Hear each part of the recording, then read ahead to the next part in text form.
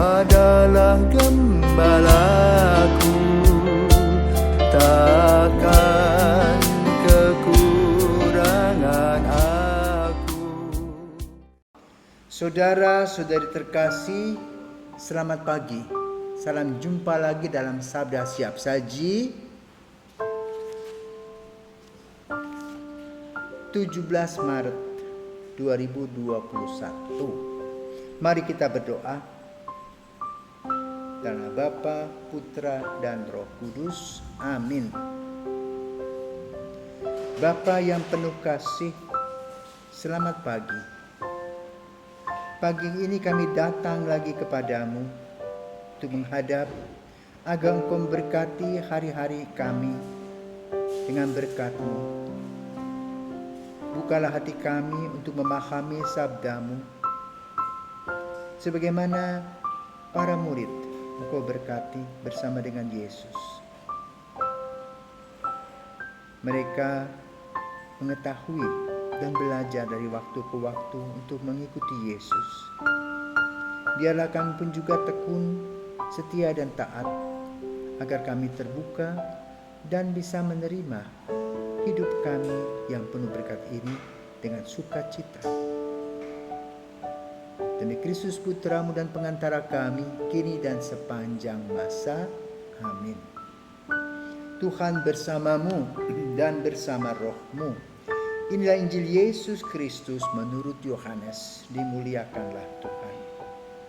Yohanes bab 5 ayat 17 sampai dengan 30. Sekali peristiwa Yesus berkata kepada orang-orang Yahudi, "Bapakku bekerja sampai sekarang, maka aku pun bekerja juga."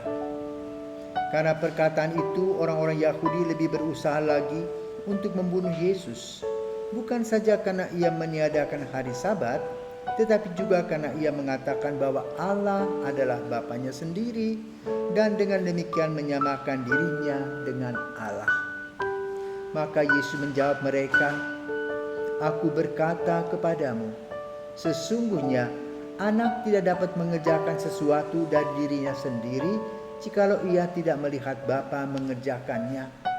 Sebab apa yang dikerjakan Bapa itu juga yang dikerjakan Anak. Sebab Bapa mengasihi Anak dan ia menunjukkan kepadanya segala sesuatu yang dikerjakannya sendiri. Bahkan ia akan menunjukkan kepadanya pekerjaan yang lebih besar lagi daripada pekerjaan-pekerjaan itu. Sehingga kamu menjadi heran. Sebab sama seperti Bapa membangkitkan orang-orang mati dan menghidupkannya, demikian juga Anak menghidupkan siapa saja yang dikehendakinya. Bapa tidak menghakimi siapapun, melainkan telah menyerahkan penghakiman itu seluruhnya kepada Anak, supaya semua orang menghormati Anak, sama seperti mereka menghormati Bapa. Barang siapa tidak menghormati Anak, ia juga tidak menghormati Bapa yang mengutus dia. Aku berkata kepadamu, sungguh, barang siapa mendengar perkataanku dan percaya kepadaku, dia yang mengutus aku, ia mempunyai hidup kekal dan tidak turut dihukum, sebab ia sudah pindah dari alam maut ke dalam hidup.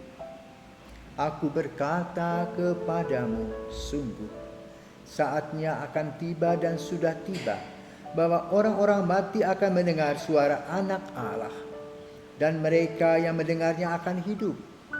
Sebab sama seperti Bapa mempunyai hidup dalam dirinya sendiri, demikian juga diberikannya Anak mempunyai hidup dalam dirinya sendiri. Dan Bapa telah memberikan kuasa kepada Anak untuk menghakimi, karena ia adalah Anak manusia. Janganlah kamu heran akan hal itu, sebab saatnya akan tiba bahwa semua orang yang di dalam kubur akan mendengar suara Anak, dan mereka yang telah berbuat baik akan keluar dan bangkit untuk hidup yang kekal. Tetapi mereka yang telah berbuat jahat akan bangkit untuk dihukum.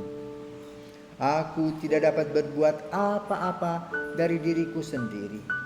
Aku menghakimi sesuai dengan apa yang aku dengar, dan penghakimanku yang adil, sebab aku tidak menuruti kehendakku sendiri, melainkan kehendak Dia yang mengutus aku. Demikianlah Injil Tuhan, terpujilah Kristus.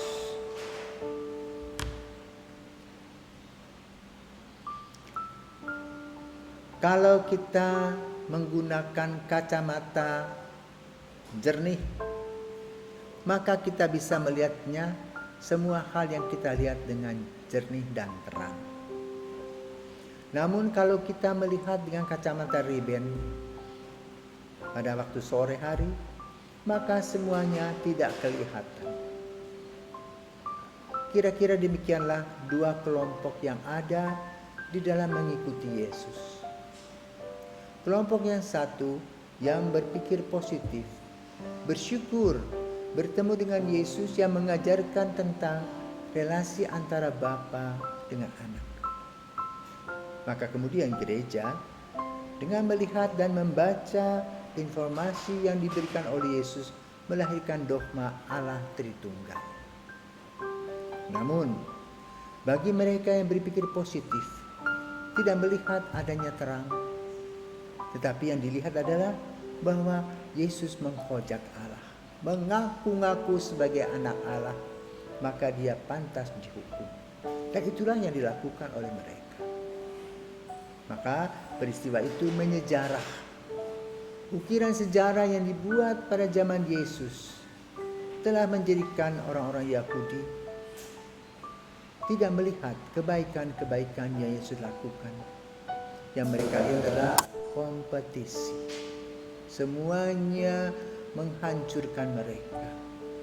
Tata aturan Taurat seolah-olah dihabisi oleh Yesus, tetapi sebenarnya tidak demikian.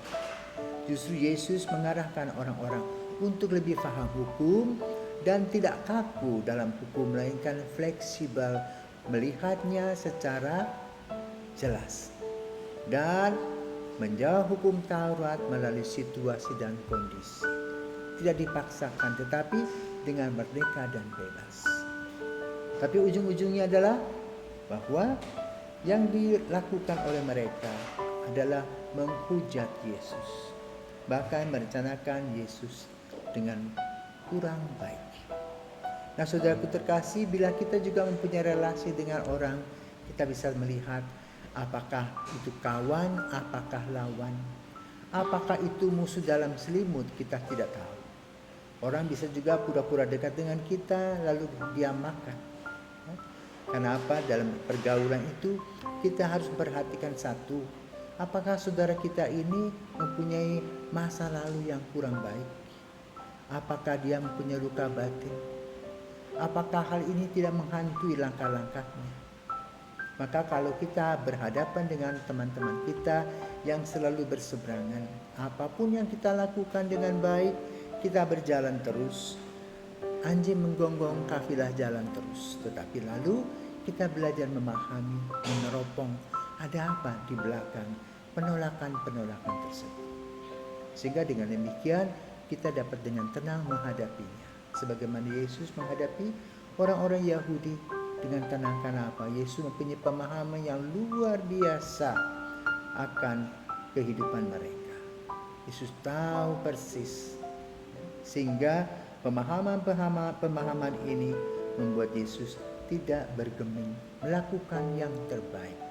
Maka marilah saudaraku terkasih, kita terus melakukan relasi dengan Bapa dan anak. Relasi kita dengan Tuhan sebagai Bapa dengan anak, karena Bapa penuh belas kasih dan kita harus setia kepada Bapa sebagaimana Yesus telah melakukannya. Berikanlah yang terbaik, maka hasilnya pun juga akan baik. Kalau ada yang menggonggong, jalan terus.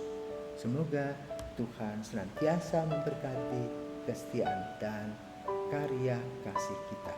Amin.